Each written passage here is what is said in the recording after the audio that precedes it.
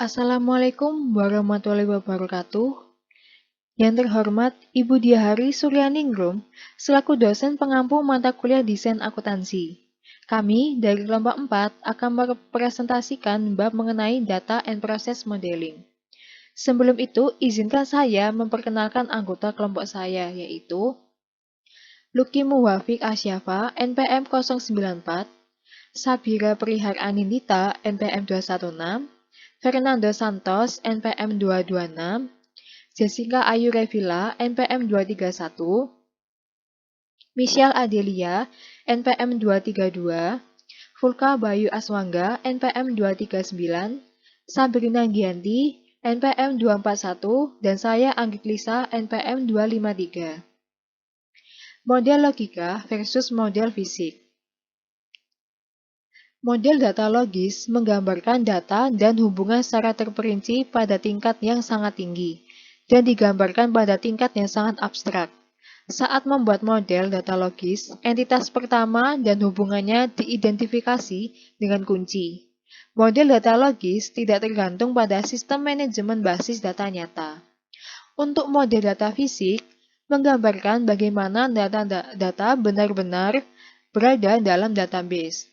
Ini mencakup spesifikasi tabel yang mencakup perincian seperti nama tabel, jumlah kolom, dan spesifikasi kolom termasuk nama kolom dan tipe data. Model data fisik bergantung pada sistem manajemen basis data yang digunakan.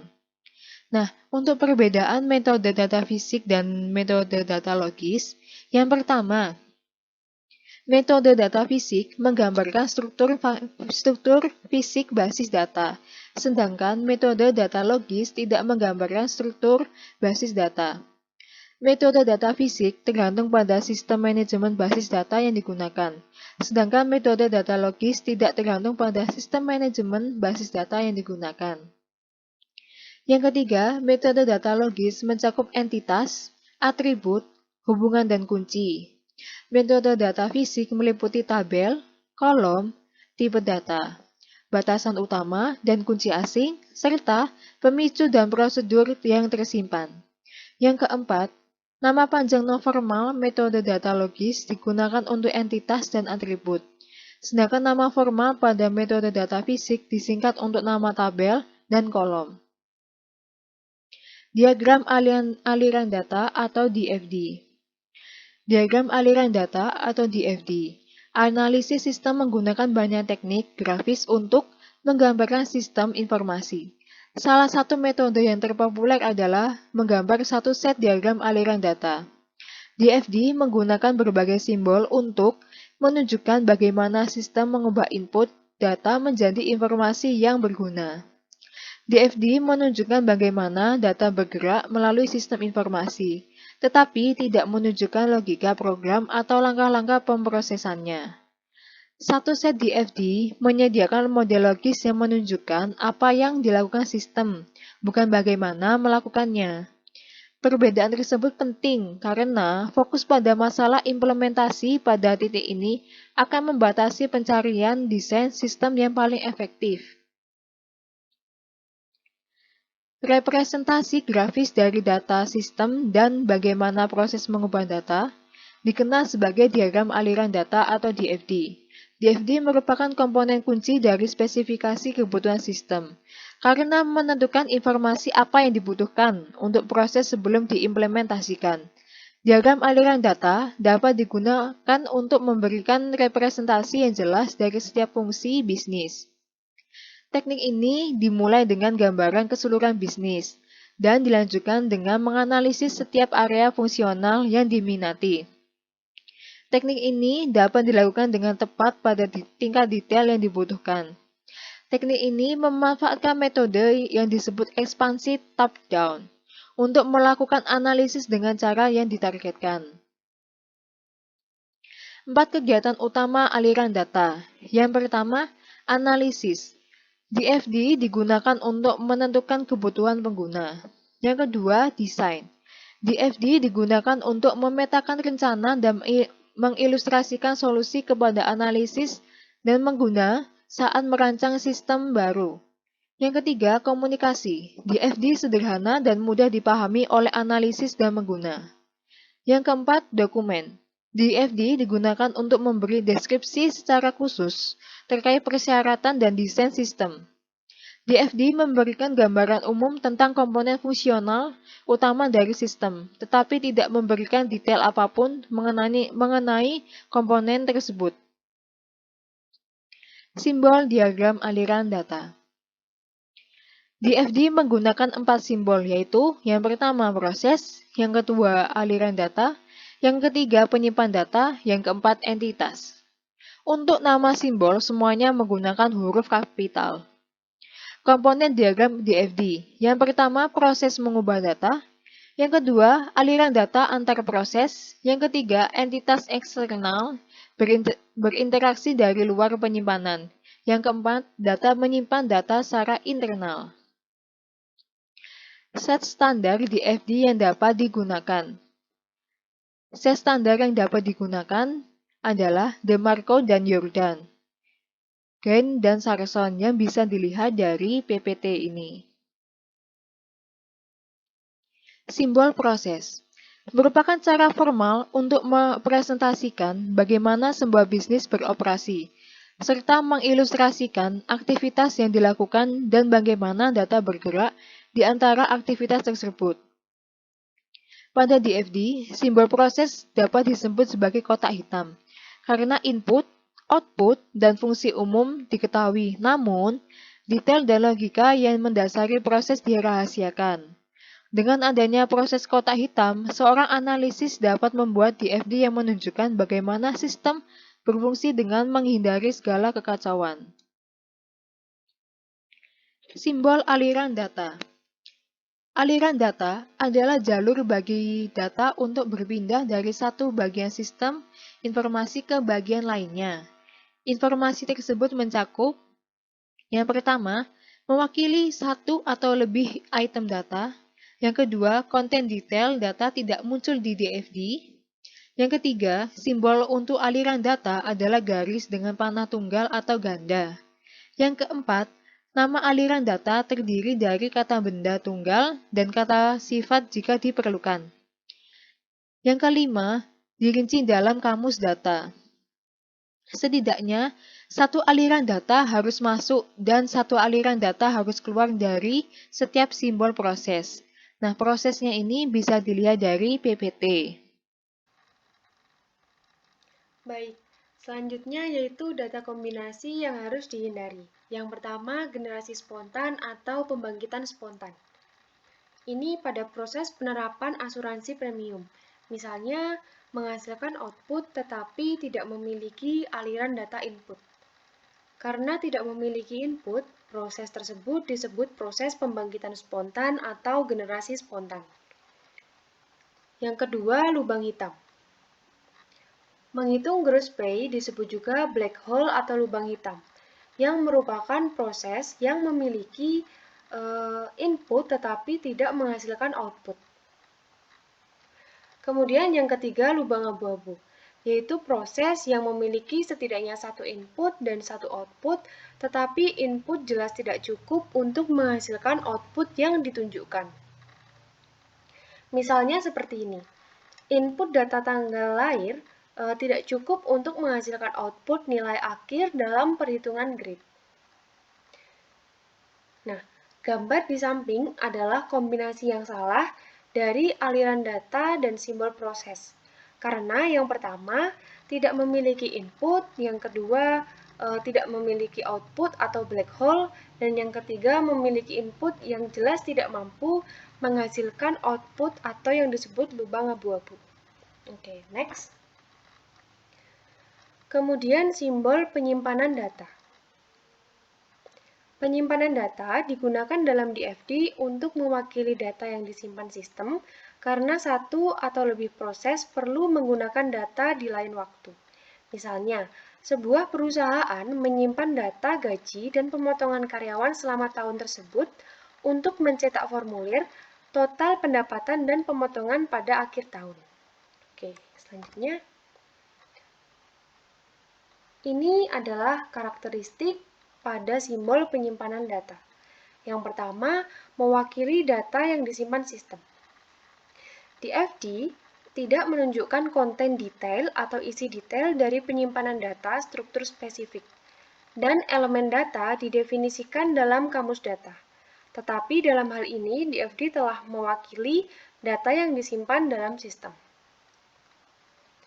Kemudian yang kedua, karakteristik fisik pada penyimpanan data tidak penting karena hanya memperhatikan model logis. Selain itu, lamanya waktu penyimpanan data tidak penting, bisa dalam hitungan detik saat transaksi diproses, atau periode berbulan-bulan saat data diakumulasikan untuk pemrosesan akhir tahun. Yang penting adalah bahwa suatu proses memerlukan akses ke data di lain waktu. Kemudian yang ketiga, dalam DFD, simbol Gantt dan Sarsan untuk penyimpanan data yaitu persegi panjang datar yang terbuka di sisi kanan dan tertutup di sisi kiri. Bisa dilihat ini. Kemudian yang keempat, nama penyimpanan data adalah nama jamak. Contohnya, nama data store adalah pembayaran harian, pesanan pembelian, cek luar biasa, dan lain-lain. Pengecualian untuk aturan nama jamak adalah kata benda kolektif yang mewakili beberapa kemunculan objek. Contohnya, gradebook mewakili sekelompok siswa dan nilai mereka. Kemudian yang terakhir, sebuah penyimpanan data harus terhubung untuk memproses aliran data. Dalam setiap kasus, penyimpanan data memiliki setidaknya satu aliran data masuk dan satu keluar dan terhubung ke simbol proses dengan aliran data. Nah, berikut ini adalah contoh penggunaan simbol penyimpanan data yang benar dalam DFD atau diagram aliran data.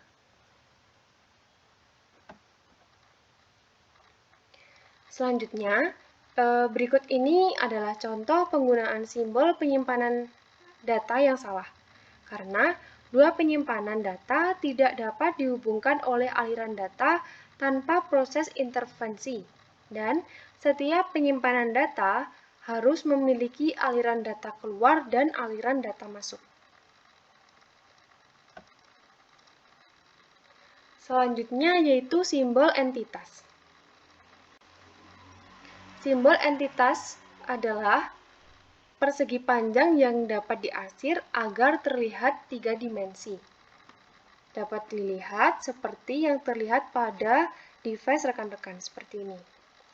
Kemudian, DFD hanya menunjukkan entitas eksternal yang menyediakan data ke sistem atau menerima output dari sistem. DFD menunjukkan batas-batas sistem dan bagaimana sistem berinteraksi dengan dunia luar. Misalnya, entitas pelanggan mengirimkan pesanan ke pemrosesan pesanan. Kemudian yang ketiga, nama entitas adalah bentuk tunggal dari departemen, organisasi luar, sistem informasi lain, atau seseorang. Kemudian, entitas juga disebut terminator, sumber, sink. Disebut terminator karena merupakan asal data atau tujuan akhir. Kemudian disebut sumber, yaitu entitas yang memasok data ke sistem. Kemudian disebut sink, yaitu entitas yang menerima data dari sistem. Pada slide juga terdapat gambar di mana merupakan contoh penggunaan entitas eksternal yang benar dalam diagram aliran data. Sedangkan gambar yang tertera pada device rekan-rekan ini adalah contoh penggunaan entitas eksternal yang salah dalam diagram aliran data atau DFD. Entitas eksternal harus terhubung dengan aliran data ke proses dan tidak langsung ke penyimpanan data atau ke entitas eksternal lainnya. Baik, selanjutnya ini adalah penggunaan simbol DFD. Dengan pemahaman tentang penggunaan simbol DFD yang tepat, langkah selanjutnya adalah membuat diagram yang menggunakan simbol-simbol tersebut. Gambar yang tertera pada slide rekan-rekan ini adalah ringkasan aturan untuk menggunakan simbol DFD. Baik, selanjutnya akan dijelaskan oleh rekan saya. Untuk selanjutnya yaitu penggambaran diagram aliran data. Suatu diagram yang menggambarkan aliran data dari sebuah proses atau sistem yang biasanya yaitu sistem informasi. Diagram aliran data merupakan peralatan yang berfungsi untuk menggambarkan secara terperinci mengenai suatu sistem tersebut, yaitu berbagai jenis jaringan kerja antar fungsi yang berhubungan satu sama lainnya. Untuk mempelajari cara penggambaran DFD ini, terdapat dua contoh informasi yang akan digunakan, yaitu yang pertama adalah sistem penilaian yang digunakan instruktur untuk menetapkan nilai akhir berdasarkan nilai yang diterima siswa selama semester tersebut. Selanjutnya yang kedua adalah sistem pemesanan yang digunakan perusahaan untuk memasukkan pemesanan dan menerapkan pembayaran terhadap saldo pelanggan. Next. Selanjutnya yaitu terdapat penggambaran diagram konteks. Diagram konteks sendiri adalah sebuah tampilan tingkat atas dari sistem informasi yang menunjukkan suatu batasan dan ruang lingkup sistem. Nah, saat penggambaran diagram konteks pada DFD ini terdapat beberapa pedoman, yaitu untuk pedoman yang pertama, gambar diagram konteks sesuai ukuran halaman. Untuk pedoman yang kedua, gunakan nama sistem informasi sebagai nama proses dalam diagram konteks tersebut. Mengapa hal ini harus dilakukan? Karena diagram konteks tersebut menunjukkan semua sistem informasi seolah-olah merupakan suatu proses tunggal. Untuk pedoman yang ketiga, yaitu pakailah nama yang mengandung keunikan dalam setiap rangkaian tombol. Untuk pedoman yang keempat, jangan melebihi garis batas. Mengapa hal tersebut tidak boleh melebihi garis batas? Karena salah satu cara untuk mencapai tujuan tersebut yaitu dengan membatasi simbol dalam DFD. Dan untuk pedoman yang kelima yaitu berikan nama dan nomor referensi yang unik dalam setiap prosesnya. Untuk pedoman yang terakhir yaitu dapatkan masukan dan umpan balik dari pengguna tersebut sebanyak-banyaknya. Mengapa ini sangat diharapkan? Karena tujuannya adalah untuk memastikan bahwa model tersebut akurat, mudah dipahami, dan memenuhi kebutuhan dari anggotanya. Selanjutnya yaitu tata cara penggambaran diagram konteks. Untuk penggambaran diagram konteks sendiri yaitu yang pertama, mulailah dengan menempatkan satu simbol proses pada tengah halaman. Simbol tersebut mewakili seluruh sistem informasi dan identifikasi sebagai proses ke-0. Kemudian langkah kedua yaitu menempatkan entitas sistem di sekeliling halaman dan gunakan aliran data sebagai penghubung entitas ke proses pusat. Penyimpanan data tersebut tidak ditampilkan dalam diagram konteks karena tersimpan di dalam sistem dan tepat tersembunyi hingga diagram yang lebih detail dibuat. Selanjutnya yaitu untuk menentukan entitas dan aliran data tersebut, yaitu mana yang akan ditempatkan dalam diagram konteks. Dimulai dengan meninjau persyaratan sistem untuk mengidentifikasi semua sumber data eksternal dan tujuan. Selama proses tersebut, terdapat beberapa hal yang harus diperhatikan, yaitu salah satunya identifikasi entitas, nama, dan konten aliran data, serta arah aliran data.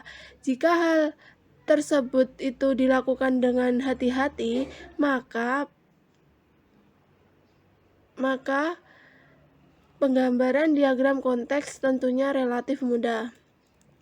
Nah, selanjutnya di samping tersebut terdapat dua contoh penggambaran diagram konteks. Contoh pertama, penggambaran diagram konteks untuk sistem penilaian, yaitu yang pertama, proses guarding system berada di tengah diagram. Selanjutnya yaitu terdapat 3 entitas, yaitu student record system, student, dan instruktur, ditempatkan di sekitar proses pusat. Dalam interaksi antar proses pusat dan entitas melibatkan 6 aliran data yang berbeda, entitas sistem rekam siswa memasukkan data melalui aliran data kelas dan menerima data tersebut melalui aliran data kelas akhir. Entitas student menyediakan data melalui aliran data kerja yang dikirim dan menerima data melalui aliran data pekerjaan berkurir. Terakhir, entitas instruktur memasukkan data melalui aliran data parameter penilaian dan menerima data melalui aliran data laporan kelas. Nah, untuk contoh yang kedua yaitu penggambaran diagram konteks untuk sistem pemesanan. Dalam proses sistem pemesanan ini, order sistem berada di tengah diagram dan terdapat 5 entitas mengelilingi proses tersebut. Nah, 3 dari entitas tersebut yaitu ada sales, REP, bank, dan akuntansi. Dalam proses ini juga terdapat aliran data masuk tunggal untuk komisi, deposit, bank, dan entry penerimaan kas. Diagram 0 DFD atau bisa dibilang DFD level 0. DFD memiliki keterhubungan satu sama lain, di mana DFD akan dibuat setelah diagram konteks dapat digambarkan. Diagram konteks menggambarkan sistem secara keseluruhan, sedangkan DFD lebih mendetail. Ini artinya DFD menjabarkan yang telah digambarkan oleh diagram konteks. Tapi lain hal dengan DFD level 0. Bisa dibilang DFD level 0 itu adalah diagram konteks. Jadi ketika diagram konteks atau DFD level 0 sudah dibuat, maka langkah selanjutnya akan diteruskan dengan DFD level 1. Jadi pada intinya DFD level 0 sama dengan diagram konteks. Selanjutnya adalah notasi dan simbol DFD. Di sini ada 2 notasi, yaitu notasi Jordan de Marco dan notasi Gene-Ensarson. Untuk yang pertama, notasi dan simbol berbentuk persegi panjang. Ini dinamakan simbol entitas eksternal atau terminator, berfungsi menggambarkan asal atau tujuan data atau sebuah entitas di luar sistem. Kemudian yang kedua, berbentuk lingkaran. Di notasi Jordan de Marco berbentuk lingkaran, kemudian di notasi Gene-Ensarson berbentuk persegi dengan tiap sudutnya agak tumpul. Simbol ini dinamakan simbol lingkaran, kemudian berfungsi menggambarkan entitas atau proses di mana aliran data masuk ditransformasikan ke aliran data keluar. Kemudian selanjutnya ada simbol aliran data, di mana digambarkan dengan seperti tanda panah, berfungsi menggambarkan aliran data. Kemudian yang terakhir, simbol file. Untuk notasi Jordan de Marco berbentuk seperti 2 garis sejajar. Kemudian untuk notasi Gene-Ensarson berbentuk seperti penghapus, berfungsi menggambarkan tempat data disimpan. Selanjutnya adalah contoh DFD level 0 atau diagram konteks model notasi Jordan de Marco. Di sini kita bisa lihat asal data dan tujuan data, yaitu ada 3, pegawai, direktur, dan personalia. Kita akan mulai dari pegawai. Pegawai mengeluarkan atau menghasilkan data karyawan yang nantinya akan diproses ke sistem informasi penggajian. Kemudian dari direktur mengeluarkan dan menghasilkan sebuah data jabatan, data upah per jam, dan upah per lembur yang nantinya akan diproses ke sistem informasi penggajian.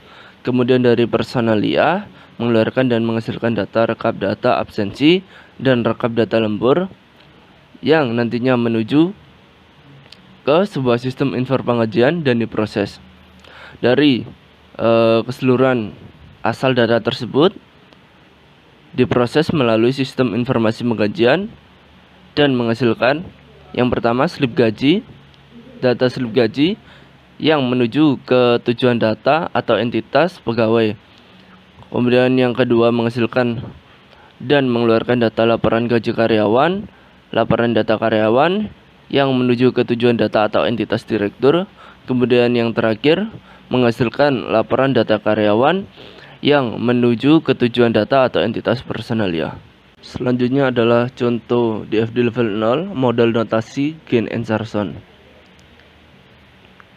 Di sini kita bisa lihat, yang pertama terdapat customer, di mana pelanggan mengajukan order.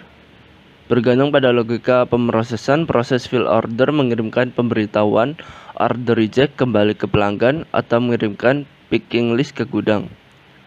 Kemudian yang kedua, pesanan yang selesai dari gudang dimasukkan ke proses create invoice yang mengeluarkan invoice ke proses pelanggan dan penyimpanan data piutang.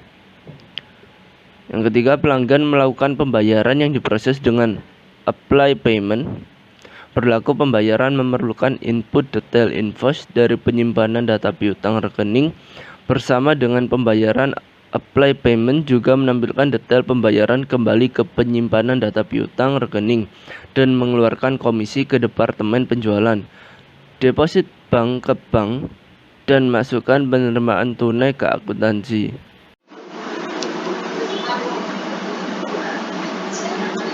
Selanjutnya yaitu menggambar DFD tingkat bawah. Nah, untuk kumpulan DFD tingkat bawah ini itu didasarkan pada proses pesanan. Nah, untuk membuat diagram level bawah itu ada dua teknik yang bisa kita gunakan. Yang pertama ada leveling dan yang kedua ada balancing. Nah, untuk yang leveling sendiri adalah proses menggambarkan serangkaian diagram yang semakin rinci sampai semua primitif fungsional diidentifikasi. Nah, sedangkan untuk balancing itu menjaga konsistensi di antara sekumpulan DFD dan memastikan bahwa aliran data input dan output selaras dengan benar. Biar lebih jelas, kita langsung slide ke selanjutnya. Selanjutnya yaitu contoh DFD tingkat bawah yang pertama, yaitu leveling. Nah, leveling sendiri seperti yang saya jelaskan tadi, bahwa leveling itu menggunakan serangkaian DFD yang semakin rinci untuk menggambarkan sistem informasi. Kayak semisal, sebuah proses mungkin terdiri dari lusinan bahkan ratusan proses terpisah. Nah, cara menggunakan leveling ini yaitu yang pertama, seorang analisis memulai dengan tampilan keseluruhan yang merupakan diagram konteks dengan simbol proses tunggal. Selanjutnya, analisis membuat diagram nol yang menunjukkan lebih detail. Analisis terus membuat DFD tingkat rendah sampai semua proses diidentifikasi sebagai primitif fungsional yang mewakili fungsi pemrosesan tunggal. Sistem yang lebih kompleks memiliki lebih banyak proses dan analisis harus bekerja melalui banyak tingkatan untuk mengidentifikasi fungsi primitif. Maka dari itu leveling juga disebut exploding, partitioning, atau decomposing. Biar lebih jelas kita lihat gambar yang di samping, yaitu contoh dari proses leveling atau teknik leveling. Oke, pada gambar di samping ini itu menunjukkan diagram nol untuk sistem pemesanan dengan proses fill order yang diberi label sebagai proses 1. Nah, kita bisa lihat di sini bahwa proses fill order ini sebenarnya terdiri dari 3 proses. Yang pertama ada verify order, yang kedua ada prepare reject notice, dan yang ketiga ada assemble order. Nah, di sini kita bisa lihat bahwa semua proses itu diberi nomor menggunakan notis desimal yang terdiri dari nomor referensi induk, titik desimal, dan nomor urut dalam diagram baru. Contoh ya, semisal di sini kan customer ini atau fill order ini sebagai proses 1. Nah, dalam proses 1 ini ternyata ada 3 proses dalam proses 1 ini, yaitu ada verify order, dan yang kedua ada prepare reject notice, dan yang ketiga ada symbol order. Maka dari itu dicantumlah sebuah nomor di atas diagramnya, yaitu untuk yang pertama itu verify order itu dengan nomor 1.1, dan yang selanjutnya yaitu 1.2, dan yang ketiga assemble order itu 1.3. Seperti itu. Nah, kita asumsikan bahwa assemble order ini itu didekomposi lebih lanjut lah.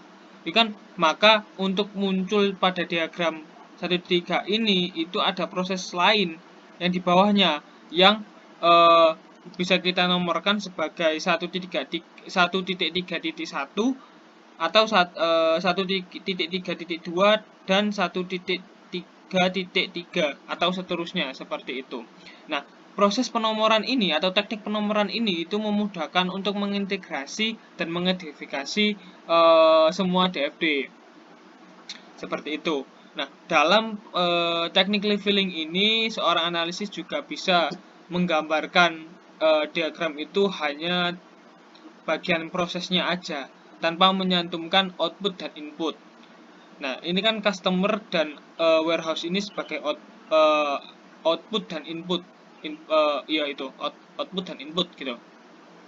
Nah, teknik dalam leveling untuk menggambarkan hanya proses ini itu digunakan untuk diagram itu digunakan untuk mengidentifikasi sumber atau tujuan aliran data. Nah, hanya sebagai itu saja, yaitu sebagai sumber atau tujuan aliran data. Selanjutnya yaitu contoh DFD tingkat bawah yang kedua, yaitu balancing. Nah, seperti namanya sendiri, balancing, yaitu seimbang. Maka gimana kita caranya bisa menentukan keseimbangan kalau misal tidak ada perbandingan di antara balancing itu sendiri gitu. Maka di sini tertera ada dua DFD sebagai perbandingan. Yang pertama ada yaitu DFD induk, yaitu sistem pesanan 0 dan dan diagram sistem pesanan 3 yang sebagai DFD anak seperti itu. Nah, di sini kita bisa lihat ada kurungan simbol dengan garis-garis biru. Di sini adalah proses payment atau proses pembayaran pembayaran seperti itu. Nah, di sini itu kita bisa lihat bahwa output dan input dari kedua proses ini itu sama.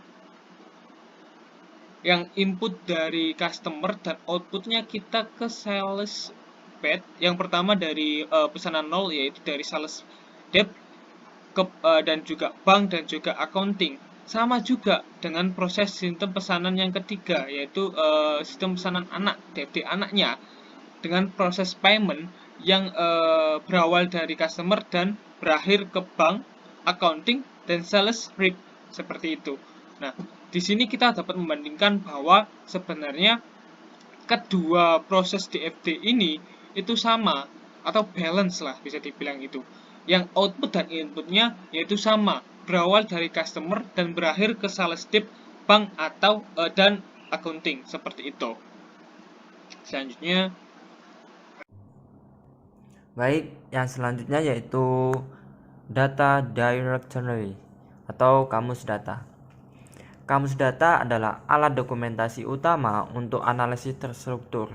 Semua elemen data, aliran data, penyimpanan data, proses, entitas, dan catatan didokumentasikan dalam kamus data.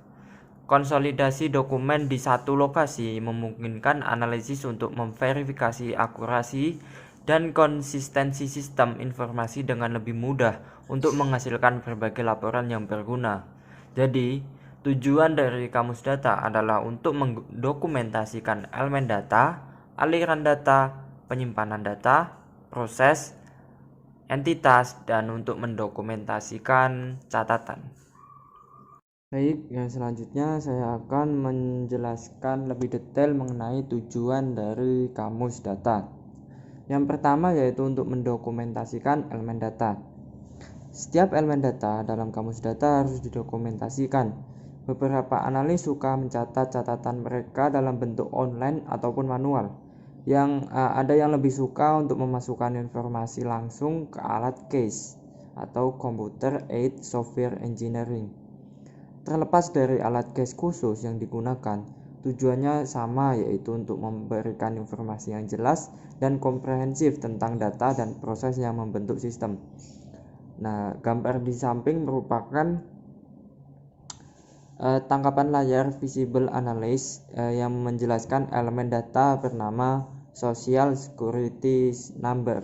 Di situ ada label yaitu namanya, kemudian jenis entry, yaitu data elemen, ada deskripsi, kemudian ada alias atau nama alternatif. Di situ juga ada value dan meaning, nilai dan arti. Kemudian ada note atau catatan. Dan yang kedua yaitu untuk mendokumentasikan aliran data. Selain mendokumentasikan setiap elemen data, semua aliran data dalam kamus data harus didokumentasikan. Meskipun istilah dapat bervariasi, karakteristik khasnya adalah nama, kemudian deskripsi, nama alternatif atau alias, asal dan tujuan, rekam, volume, dan frekuensi. Kemudian yang ketiga yaitu untuk mendokumentasikan penyimpanan data. Setiap penyimpanan data dalam DFD dalam kamus data harus didokumentasikan. Gambar 5.21 menunjukkan definisi penyimpanan data bernama in-stock. Label atau nama yaitu in-stock. Kemudian ada jenisnya yaitu data stock. Deskripsinya yaitu ada raw material, assembles, dan finishing goods. Alias nama alternatifnya yaitu available atau ketersediaan bahan. Kemudian atributnya yang dibutuhkan yaitu perubahan data penyimpanan, ada detail packing, ada detail produk. Kemudian ada catatan tambahan jika diperlukan. Di situ tertulis volume dan frekuensinya 5.000 sampai 10.000 produk rekaman, 300 sampai 500 perubahan per bulan. Jadi catatan ini sangat penting untuk dapat mengetahui perubahan yang terjadi. Oke, yang keempat yaitu mendokumentasikan proses. Setiap proses harus didokumentasikan seperti yang ditunjukkan pada gambar 5.22. Dokumentasi mencakup deskripsi, proses, karakter proses, dan catatan. Merupakan model karakteristik yang mendokumentasikan langkah-langkah pemrosesan dan logika bisnis. Gambar 5.22 layar analisis terlihat menjelaskan proses bernama verifikasi order. Label atau nama yaitu verifikasi order, jenisnya yaitu proses. Kemudian deskripsinya penerimaan dan penolakan pelanggan berdasarkan status kredit dan produk. Kemudian ada proses, deskripsi proses, ada input data dan output datanya. Kemudian ada catatan tambahan jika diperlukan. Lalu yang selanjutnya yaitu mendokumentasikan entitas. Dengan mendokumentasikan semua entitas, kamus data dapat menggambarkan semua entitas eksternal yang berinteraksi dengan sistem. Karakteristik khas dari suatu entitas meliputi nama entitas, deskripsi, nama alternatif atau alias, arus data masuk, dan aliran data keluar. Kemudian yang terakhir yaitu mendokumentasikan catatan. Record adalah struktur data yang berisi sekumpulan elemen data terkait yang disimpan dan diproses bersama-sama. Aliran data dan penyimpanan data terdiri dari catatan yang harus didokumentasikan dalam kamus data. Karakteristik setiap record juga harus didefinisikan seperti yang ditunjukkan pada gambar 5.23. Gambar 5.23 terlihat mendokumentasikan catatan atau struktur data bernama status kredit. Nama status kredit, jenisnya data struktur, Deskripsinya customer data kredit, nama alternatif di situ ada, kemudian ada atribut atau data yang dibutuhkan yaitu nomor pelanggan dan status pelanggan. Kemudian ada tabel notes atau catatan jika diperlukan. Kemudian yang selanjutnya yaitu laporan kamus data. Kamus data berfungsi sebagai gudang pusat dokumentasi untuk sistem informasi. Kamus data dibuat ketika sistem dikembangkan dan diperbarui terus-menerus saat sistem diimplementasikan, dioperasikan, dan dipelihara. Selain menggambarkan setiap elemen data, aliran data, penyimpanan data, catatan, entitas, dan proses, kamus data mendokumentasikan hubungan di antara komponen-komponen tersebut. Kemudian yang selanjutnya akan dilanjutkan oleh rekan saya. Terima kasih. Process Description Tools in Modular Design. Desain modular adalah langkah-langkah pemrosesan yang dibagi menjadi unit per unit yang lebih kecil dalam pemrosesan. Menggunakan desain modular digunakan dengan akurat, lengkap, dan ringkas. Selanjutnya yaitu ada Process Description in Object Oriented Development. Analisis struktur digunakan dalam pengembangan berorientasi objek. Objek ini menggabungkan data dan proses yang terjadi pada data. Objek yang serupa dapat dikelompokkan dalam suatu kelas dan orientasi objek yang disebut dengan metode. Meskipun orientasi objek menggunakan terminologi yang berbeda, tetapi memiliki jenis struktur pengkodean modular yang sama. Kecuali dalam proses atau metode yang disimpan di laman objek bukan sebagai komponen yang terpisah. Modular Design. Desain modular didasarkan pada 3 struktur logis yang disebut dengan struktur kontrol dan memiliki fungsi sebagai bangunan blok dalam setiap proses. Setiap struktur logis harus memiliki satu titik masuk dan keluar. 3 struktur itu merupakan urutan, seleksi, dan proses. Urutan yaitu penyempurnaan langkah-langkah dalam urutan satu demi satu atau lebih langkah mungkin mewakilkan subproses yang berisi struktur logika tambahan. Sedangkan yang seleksi yaitu penyempurnaan salah satu dari 2 atau lebih langkah proses berdasarkan hasil dari kondisi. Yang terakhir yaitu ada proses. Proses merupakan pengulangan dari urutan dan seleksi.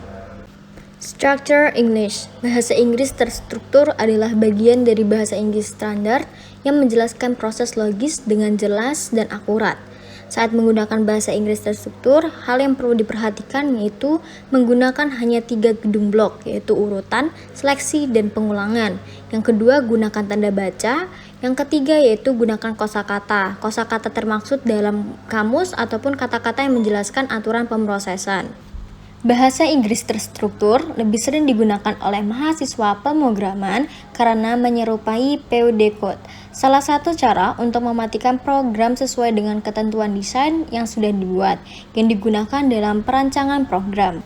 Tujuan utama English Structure adalah untuk menggambarkan logika bisnis yang mendasari sementara programmer yang peduli dengan coding, terutama menggunakan VS Code sebagai notasi untuk kode sebenarnya.